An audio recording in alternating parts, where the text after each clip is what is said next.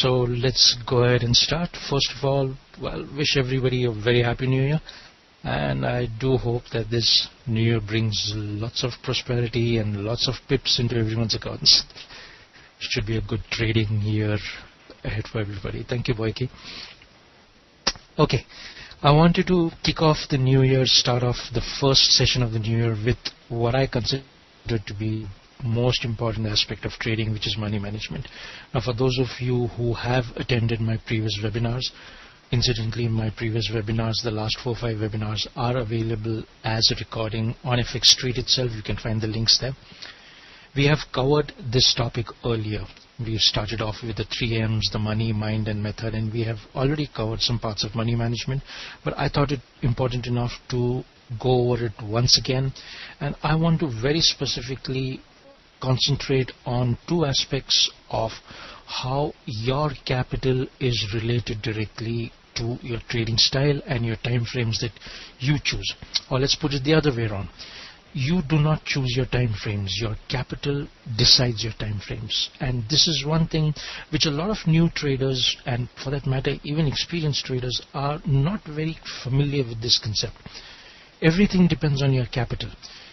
Let's start off with the most basic thing about the 2 or 3 rules of basic money management and the capitalization. As we said, what is the amount of capital that you require, that you would need to succeed in the Forex markets? Not to trade. Anybody can trade.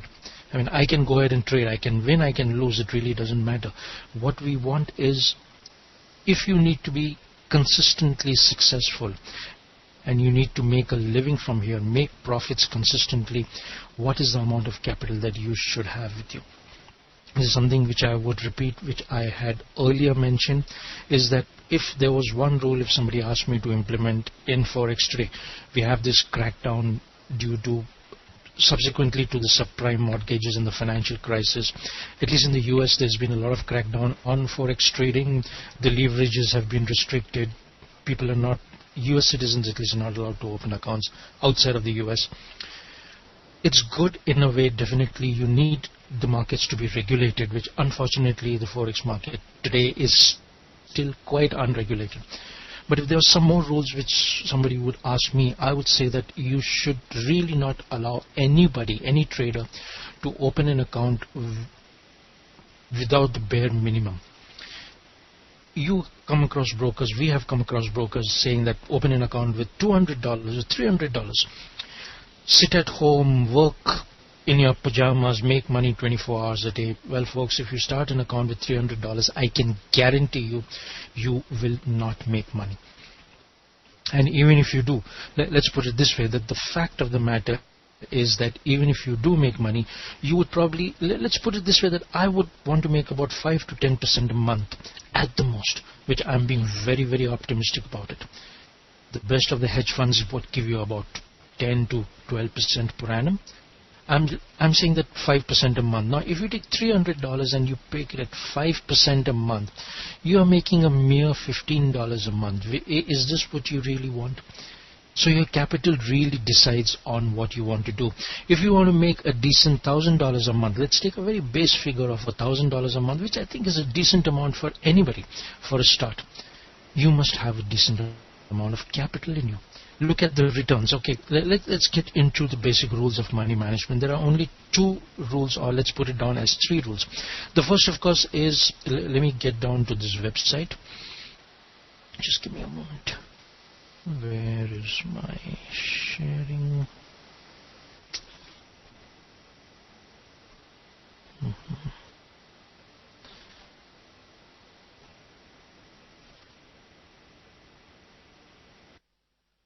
Alright, can you see this website? Website okay?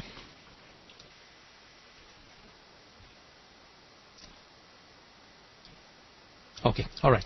We've gone through this before and I want to go over it once again. 2 rules of money management, basic 2 rules. First, your risk to reward ratio should be a minimum 1:2. That means if you're trading and you have an expected, or you put a stop loss of, let's say, 20 points, your expected profits, it's always expected, you can never say that it's going to be a guaranteed profit or a loss for that matter, should be at least 40 points. That's the first and the most important rule. The second important rule is never risk more than 2% of your account at any given time, preferably 1%. I've known traders who risk 25% of their account on one trade. 4 losing trades and your account is wiped out, and getting 4 losing trades in a row, it's not difficult. In fact, it's a pretty common thing. Believe me, I do my trading. We can get 4 losing trades in a row and not think twice about it. That's what trading is all about. You will get losing trades. The third, I wouldn't call it a rule, but it's a very important aspect of trading. Whenever you're trading, you should always trade with multiple lots. The point is, if you trade with one single lot, it does not help you maneuvering your money management positions. Trading with multiple lots enables you to take profits early and still remain in the trade in case the trade goes in your favor. Trade management is a very, very important aspect of trading. Minimum 3 lots is what I would recommend. 2 lots is acceptable. 1 lot is a no-no. So let's take it as 3 lots. Alright, let's take this simple mathematics to understand the importance of money management. For those of you who have seen this before, it's really very interesting. For those of you who have not, well, it kind of opens your eyes. Right now, this is one website. You can see that it's radioactivetrading.com. It's a simulator. So what you have to do is enter your values for the target return. So this is your risk to reward ratio, basically return percentage you get if you win on the trade. So if I say loss limit is 10, so my risk to reward ratio over here is 1:1. So my loss is 10 percentage, sorry. The target return, so expected profit, this is a percentage return. So if my expected profit is 10% and my expected loss is 10%, my risk to reward ratio is 1:1. Profitability of loss, the number 3, is the probability of win-loss ratio.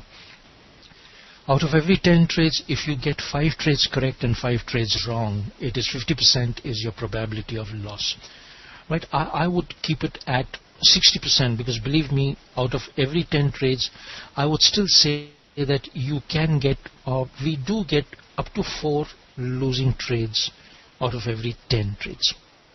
Right, so let's keep it at 60%. Now if we keep the risk to reward ratio 1:1, and I have a win-loss ratio, say with my trading that I'm doing, with the techniques that I'm following, I get 6 correct trades out of every 10. I still do get 4 losing trades, and my starting capital is $10,000. Let's do a simulation. Right, in the simulation, at the end of 100 trades, I am left with, or my total capital is $600, which is not good. I need my account to grow. Let's give it one more simulation. This is random simulations. Now this gives 249 trades. It says bankrupt after 96 trades. Oh boy, that's bankruptcy. Alright, so I lose my capital. Now let's change the basic thing, risk to reward ratio. If my increase my risk to reward ratio, my expected profit is 20%, my loss is 10%, which means my risk to reward ratio is 1:2, which is the bare minimum that I would always recommend. And if I do a simulation, I end up with $35,000, which is a positive. Anything more than $10,000, even if I take 5% of $10,000, 100 trades, well, let's say I take 20 trades in a month, just as a ballpark figure, right? So which means I need 5 months to make 100 trades. At 5 months, if I catch 5% a month, I'm just talking figures today, folks. If I catch 5% a month, that means I expect to make 25%. My $10,000, I should make $12,000 at the end of 100 trades, is what my bare minimum should be. I make $35,000, which is very good. So let's give it one more simulation. I make $62,000. Wow. And one more simulation, $26,000. So bare minimum is still 250%, which is good. So your risk to reward ratio increases your profitability drastically. Now folks, these are just mathematics. These are figures. Does this really depend on what system you're trading? I may be trading the harmonic patterns. I may be trading a divergence. You may be trading a moving average crossover. Does it really matter? These figures matter. So your risk to reward ratio is a very crucial aspect. For whatever trading system you're making, you're trading, see to it that your risk to reward ratio is a minimum 1:2. If it is not 1:2, do not take the trade. It's just as simple as that. Pass it on. Now this is what the mind factor is, the discipline of following a trading plan. Right, now let's just increase it a little. If I increase my risk to reward ratio to 1:3, the systems that we follow, that I follow, the harmonics, the divergence, the wolf waves, they do give us a risk to reward ratio of 1:3 quite often. In fact, it's very common. And if I do a simulation, you can see that it goes up to, well, 34,000 and 103,000 and let's give it one more, 449,000. Right, so it increases. So the better your risk to reward ratio, the more it is, better is your profitability. Right, now keeping this into account, let's get down to, let me share the other Excel sheet. Now this is an Excel sheet which we went over last time. A lot of folks asked for this Excel sheet. I did send across to a lot of people. Let's come back to your position sizing. Right, we went over risk to reward ratio. Do not risk more than 2% of your account at any given time. Let's get on to the capital.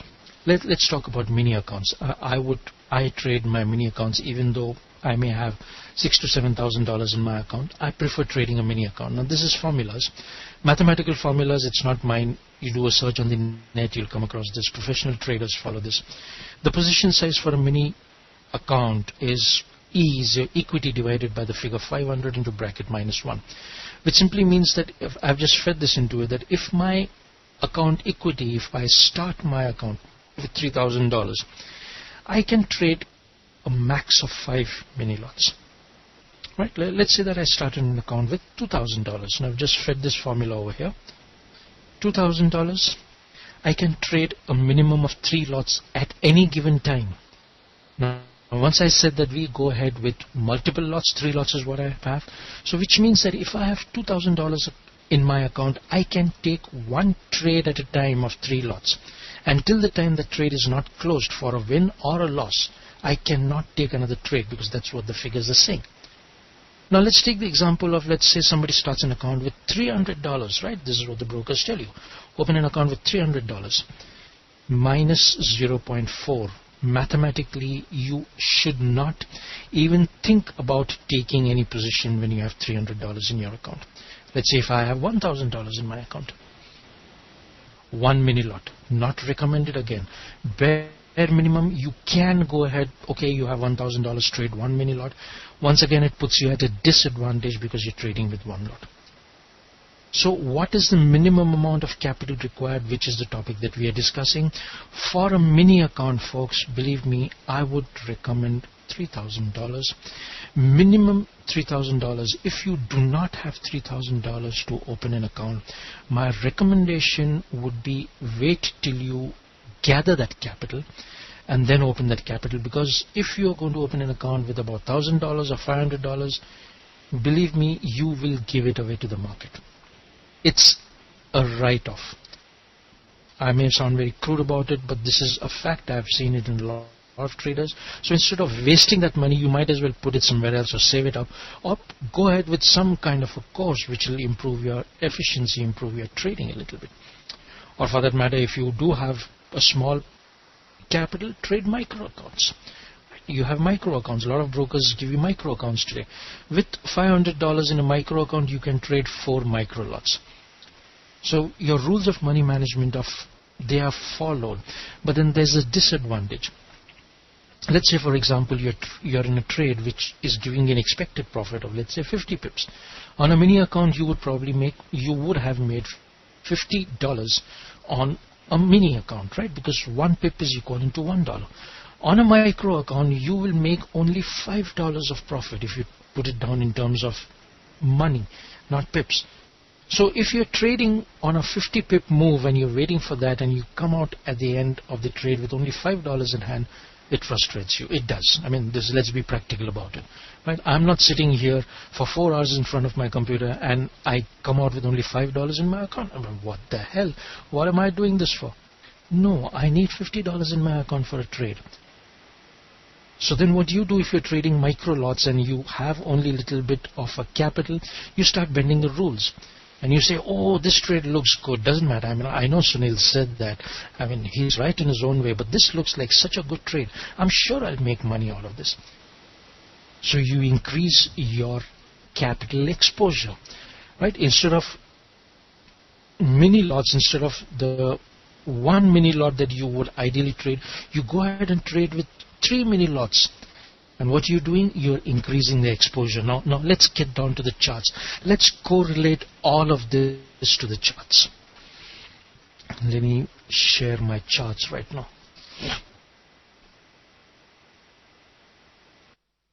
All right.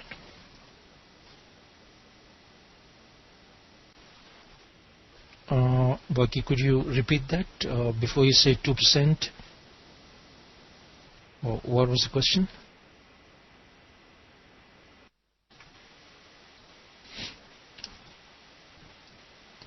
All right, charts okay?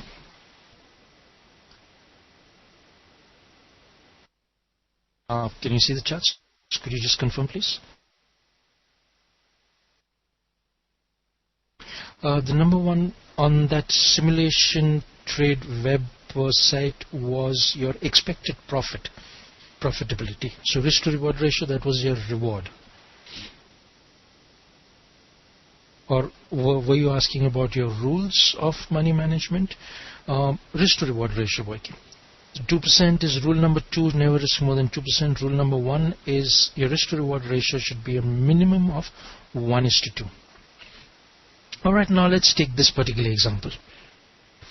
Right, we are correlating everything onto the charts. Let's go ahead with the 5-minute chart. I had a 5-minute chart over here. Oops. There you go. Alright. Alright. Now let's say that I open an account with, I have $500 with me. Let's say I have $1,000. As per the Excel sheet, I can trade only one mini lot. I'm trading mini lots. I don't want to trade micro lots, because if I have an expected move of say 25 pips, in a mini lot I'll make $25. In a micro account I'll make $2.5, which I don't want. Right, so let's say I'm trading on a 5-minute time frame. Let's take, for example, now let's take this as a divergence. Let me just put this. Right, for those of you who are familiar with divergence on a 5-minute time frame, this is a divergence, right, where you can see, let's just zoom this inside a little bit, where price makes a high and a higher high, right, and your stochastics, any oscillator makes high and a lower high. This is a classical example of a bearish divergence, so you expect price to reverse towards the downside. And I say that, okay, this looks good now, this is a good divergence, this is a good setup, and I can enter in a pretty nice trade. Now I have only $1,000 in my account. I'm supposed to trade with only one lot, but with one lot I follow my rules of money management, saying that I will not exceed more than 2% of my account. Right, now 2% of my account on a $1,000, how much is 2% on 1,000? It is $20. So which means if I'm trading on a 5-minute time frame, my stop loss cannot be more than $20, 20 points if I'm trading on a mini account. Let's say that I always keep my stop above the previous high, where price reversed from, just above the high. And let's assume that I entered the trade somewhere over here. Why am I taking this? Because this is a good level of support resistance. Right? Can you see this? Just simply looking at price found resistance over here, then found support, and then found support subsequently, of course. So I'm just choosing this. This ideally should be your entry. Let's say my target is somewhere down over here. Let's take another good support resistance level. I'm just taking it randomly. So the resistance turn support is expected to move down, so I would say it moves down. Risk to reward ratio, first let's come across 1:2. It definitely is, right? So I have a stop at 1.0511. My entry is at 0.506, which is just about 5 points off stop. Expected profit is 0.489, which is about 17 points. So risk to reward ratio is definitely more than 1:2. How do you enter in divergence trades? Sanjay, you'll have to pay me for that. I'm just kidding, folks. A divergence, the techniques that we have, they are very, very precise. To be quite frank, I cannot just go over this and say that, okay, this is where you enter and this is where you exit and this is where you put your stops. because this is part of the courses. For that matter, I'll just discuss this. We are having the next London workshop where divergence as a technique is a topic of the workshop. It's one of the most effective trading systems. I have taken divergence to the next level, where only if these conditions fulfill, if I use this, I enter the trade and my risk to reward ratio is good, the possibility of success is very, very high. Right? So it's part of a course, and today we are just talking about money management. Risk to reward ratio is very good. Now let's get on to the second one. 2% of my account, right? If I have $1,000 in my account, 2% is $20. If I'm trading with 3 lots, my stop over here is 5 points. 3 lots into 5 points is 15 points. So my risk to reward ratio is also, my 2% of capital is also justified. I am risking $15 onto this trade, which fits in within 2% of my $1,000. Practically speaking, I would never keep a stop loss of only 2 points because it's a little too less. You need a minimum of 10 to 15 points. But this is what it is. Now folks, look at it this way. If I have $1,000 and I see a trade on a 5-minute time frame, it's only one trade that I can take, right? 5 points of stop loss into 3 lots, 15 points. It just about fulfills 2% of my trading capital, which is 20 points. Risk to reward ratio is good. So looking at it from the other way around, if I have $1,000 in my account, I can only trade on a 5-minute time frame. Get the importance of this point, folks. I cannot trade on higher term time frames, and let's go ahead and look at this. We have a very nice 1, 2, 3 pattern currently on the Canadian dollar USD CAD on the 4 hours. Right? We went over, for those of you who have attended my previous webinars, what is the best confirmation of a 1, 2, 3 pattern is where we use fans. If price stops exactly at the 88.6 fan level, it is a very strong confirmation that this is a valid bullish 1, 2, 3 pattern. We still need a confirmation to enter the trade. Now somebody will again ask that where do you enter the 1, 2, 3? Again, this is a trading system, so you need a stronger confirmation, but this is a 1, 2, 3 setup. Doesn't necessarily mean you enter a trade right now. But let me just take an example. Let's say that I'm taking an entry. I'm just keeping things very, very simple. This looks like a good level for me, for the simple reason this is the previous resistance which turned into support. Price action tells you a lot of things, folks. It really tells you a lot of things. If you do not look only for added indicators and look just at price, it gives you enough of clues. So I would probably want to place my entry over here. You see what happened when price bounced at the 88.6 fan level? It went up, it yo-yoed up and down, gone into a consolidation, but did not break this particular level, which is a level of resistance turns support. Now these levels we call as zones, supply and demand zones. Any level which is resistance turns support or support turns resistance becomes a very strong zone. So I would probably enter the trade only if price breaks this zone convincingly, which is a very strong indication that if this zone has been ruptured or broken, then price has a good possibility of moving up. So I would keep my entry over here. Where would I keep my stop? I would keep my stop below the lowest low, little below the lowest low. Right? Let's forget about the profit for the time being. Let's just concentrate on the risk. Your profits, for those of you who remember, Fibonacci expansions are used to determine the profits, and your Fib expansion 100 is the most likely place. Let's just plot this. If I take this Fib expansion, this is my expected profit. Right? On a 1, 2, 3 pattern, your FP 100 is the most likely place where price would go. Risk to reward ratio, definitely good. You can see it over here. It's definitely more than 1:1. In fact, it's about 1:3, little more than 1:3, which is very good.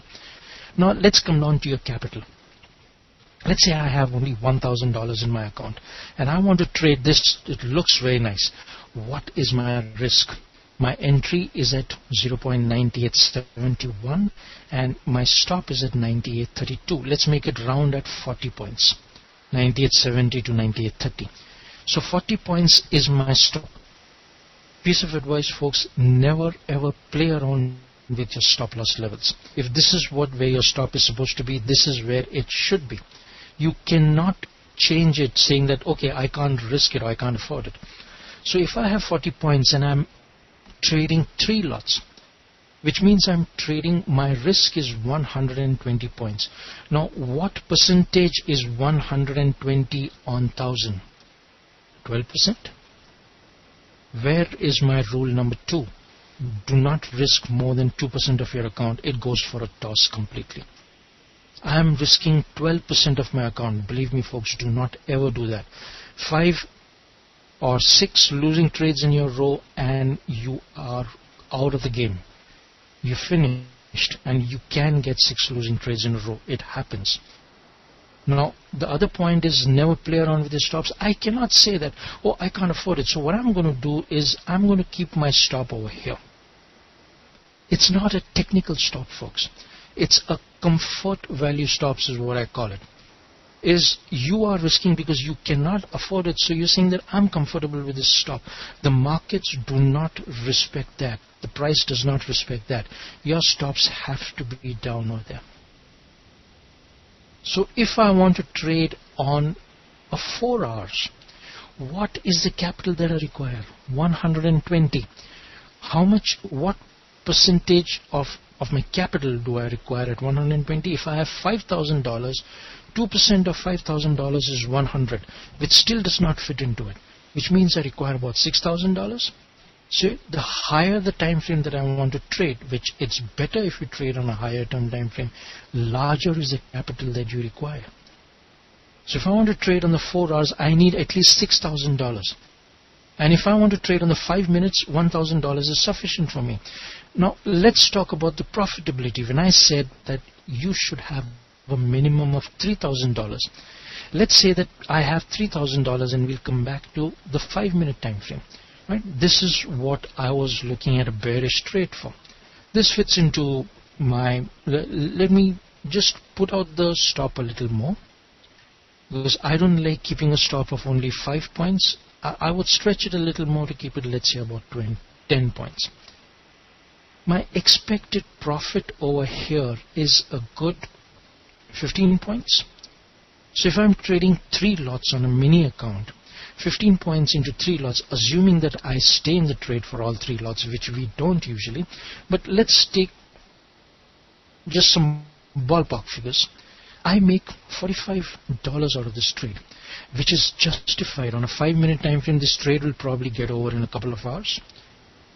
If in a couple of hours, if it goes in my favor and I make $45, which is very good. How much is $45 of 3,000? What is your percentage of 3,000? Right? What is the percentage, folks? Come on. 5%? Roughly? No. 3 5 is 15. It's a little more than 5%. What is the profit percentage that you are making? You are making a decent amount of profits. Now, everything, folks, depends on your money management. It's about 2% roughly, 1.5%. So on one trade on a $3,000 account, you've made 1.5% profit. If you do this once a day, let's say you do get a trade once a day, you make 1.5% profit a day. In a month, your account will grow. And the point I'm trying to make over here is follow the rules of money management. Keep into account that the more capital you have, better it is for you. No, Suleiman, we enter all the lots at the same place. If I'm entering this particular trade, I will enter the trade with 3 lots. We don't add on to the positions later on. This is a very, very personal thing. I have some of my traders in my room who do not agree with this, because in this case what happens is your risk is the maximum when you're entering the trade. Right? In case the trade goes wrong, I lose 3 lots of my stop level, which is a large risk. But for me, it's acceptable, because if the trade goes in my favor, I can keep taking out my profits and still remain in the trade. As against, let's discuss this. Is a very interesting situation, interesting question. A lot of folks have different approaches to it. Now, you have to decide your approach to it. There's no fixed, hard and fast rule for it. If I enter, let's say this trade looks good. Let's take into example this Canadian dollar on the 4 hour. But it's looking good. Let's say price does move and reaches the level of 0.9870 that I was looking for. And I enter the trade. My setup conditions are good. My risk to reward ratio is good. My position sizing is good. So it should be a good trade. Should I enter with 3 lots here, or should I enter with 1 lot? And when price starts moving up in my favor, should I add more lots? That becomes a very important point. For me, I would enter the trade with 3 lots. Because as soon as price starts going in my favor at certain levels, I try to take out my profits and shift my stop to my entry level, which is my break-even level. So you see what happens at that stage. At a certain stage, we are in a free trade. You've already locked in some profits. Your stop loss is moved to your entry. Your risk is absolutely zero. If price turns against you for some reason, you have walked away from the trade with no loss and a little bit of profit. But if I enter with just 1 lot and I start stacking up my trades after that, I cannot do this. You see, instead of trying to take out profits from the market, I am just adding to my positions. I'm just giving you my perspective about it. As I said, it's a very personal thing. I have some of my own traders, as I said, traders in my room who have taken courses with me, who are doing well, but they do not agree with my principle and they follow their own principle. It's a very individualistic approach, entirely depends on you. Anyway, important point was what I wanted to discuss today again was your capital determines the time frame that you will be trading on, determines the profitability that you want from the market. Let's say that I expect to be very, very reasonable and optimistic, that I expect about 5% a month from my account, which is very much achievable. It's not difficult, believe me. Now, correlate that with the amount you want, not percentage, amount you want. Let's say that for me, $1,000 is okay, that I need $1,000 a month, that I decide that I want to make $1,000 from here. Some people might want $5,000, some people might want $10,000. I'm just taking a ballpark figure. Now, if I can make 5% a month, the reason why I'm putting it 5% is because what we've been making, and it's not difficult. So which means that if I need to make 5% which relates to $1,000, what is the capital that I must have? Right? If I have $10,000 with me, let's assume that I have $10,000 with me. What is 5% of $10,000? It is $500. Which means I need $20,000 of capital to make $1,000 a month. And then if I have $20,000 of capital, I can comfortably trade on a 4-hour trading chart frame. I can comfortably trade even on maybe on a daily time frame, because my risk to reward ratios and my money management fits into it. This is what I want to really emphasize upon. There are a lot of folks who want to start off with $1,000, $2,000, and they expect to make $2,000 to $5,000 a month. That means what you're expecting is you're expecting to make 100% profit per month. Why do you want to do that?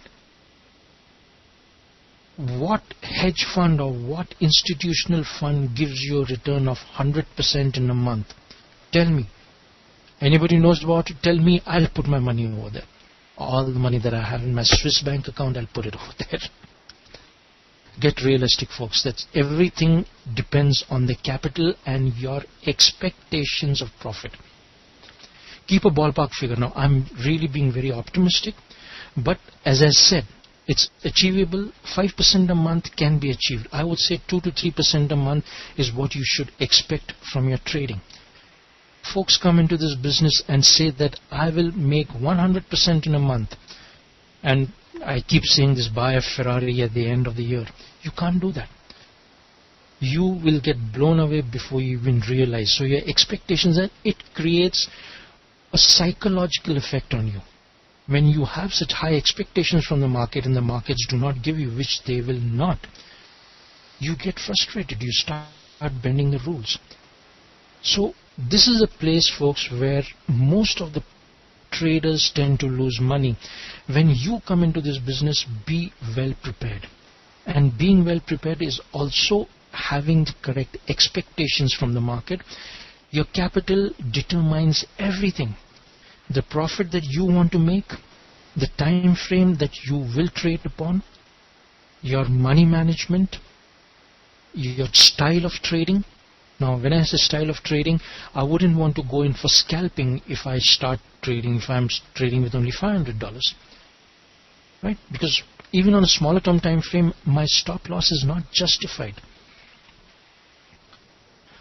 All right, I think that's about it. That's what I wanted to emphasize upon, is your capital determines everything. Put these factors into consideration before you start live trading. Whatever trading system you may be following, it really doesn't matter. See to it that your money management principles are in place and you have realistic expectations from the market, which is determined by your capital. Raise that capital, wait for some time, save up your money, start off with the correct capital, because if you start off with the wrong amount, you will only blow it away. And believe me, you will do it. It's not easy to survive in this. It's not difficult either, but you have to go about it in the correct way. Alright folks, so I think that was the most important point which I wanted to discuss, that your capital determines everything. So think about all these things before you start trading live, or if you are already trading live, try to implement these principles into your trading. Alright folks, that's about it, and good to be over here once again. If you have any questions, please feel free, let me know. It'll be good.